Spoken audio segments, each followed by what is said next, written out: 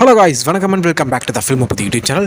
நம்ம ஏற்கனவே நடிச்சிருக்க good bad கிளி படம் பார்த்தீங்கன்னா நாளைக்கு உலகம் முழுக்க செம்ம பிரம்மாண்டம் ரிலீஸ் பண்ணுறாங்க. இந்த படம் உலகம் முழுக்க கிட்டத்தட்ட 6500 தியேட்டர்களை ரிலீஸ் பண்ண போகிறாங்க. ஓவர்சீஸில், அதாவது வெளிநாடுகளில் மட்டும் கிட்டத்தட்ட 1500 மேற்பட்ட தியேட்டர்களில் இந்த படம் ரிலீஸ் ஆக போகுதா. தமிழ்நாடு, கேரளா, ஆந்திரா, கர்நாடகா இந்த 4 ஸ்டேட்ஸ்லையுமே நம்ம குட் பேட் கிளி படத்துக்கு ஒரு பயங்கரமான வரவேற்பு கிடைச்சிருக்கு அப்படின்றத புக்கிங்ஸை பார்த்தாலே தெரியுது. ஏன்னா நிறைய ஷோஸ் இந்த 4 ஸ்டேட்ஸுமே ஃபுல்லாக இருக்குது. நான் கடைசியாக பார்த்த வரைக்கும் கிட்டத்தட்ட 42% ஷோஸ் எல்லாம் ஃபுல்லாக இருக்குது. ஆனால் நார்த் இந்தியாவுக்கு நிறைய ஸ்டேட்ஸில் இந்த படத்துக்கு பெருசாக ஒன்றும் புக்கிங்ஸ் இல்லை அப்படின்னு தான் சொல்லணும். டெல்லி, மும்பை இந்த மாதிரியான பெரிய ஏரியாக்களில் பார்த்தீங்கன்னா இந்த படத்துக்கு ஓரளவுக்கு நல்ல புக்கிங்ஸ் இருக்குது.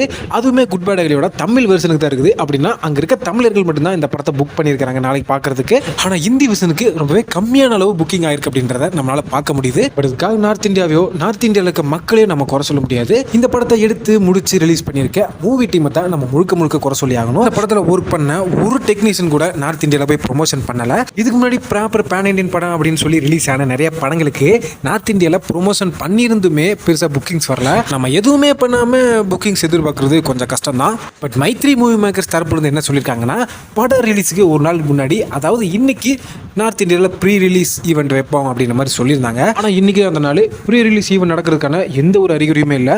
மேபி இந்த டீம் இந்த படத்தோட கண்டென்ட் மேலே ரொம்பவே கான்ஃபிடென்ட்டாக இருக்காங்களோ அப்படின்னு எனக்கு தோணுது. ஏன்னா இந்த படம் ரிலீஸ் ஆகி சவுத்தில் நல்ல ரிவ்யூ இந்த படம் வாங்கிச்சு அப்படின்னா நார்த் இந்தியா மக்கள் இந்த படத்தை கொஞ்சம் கொஞ்சமாக வந்து பார்க்க ஆரம்பிப்பாங்களோ அப்படின்ற ஒரு நம்பிக்கையில் இந்த டீம் இருப்பாங்களோ அப்படின்னு எனக்கு தோணுது. ஸோ நீங்கள் இந்த குட் பேட் கிளி டீம் நார்த் இந்தியாவில் ப்ரொமோஷன் பண்ணாமல் இருக்கிறத பற்றி நீங்கள் என்ன நினைக்கிறீங்க அப்படின்றத கமெண்ட்டில் சொல்லுங்கள். மீண்டும் ஒரு இன்ட்ரெஸ்டிங்கான வீடியோவில் நான் உங்களை சந்திக்கும் வரை stay tuned and stay safe.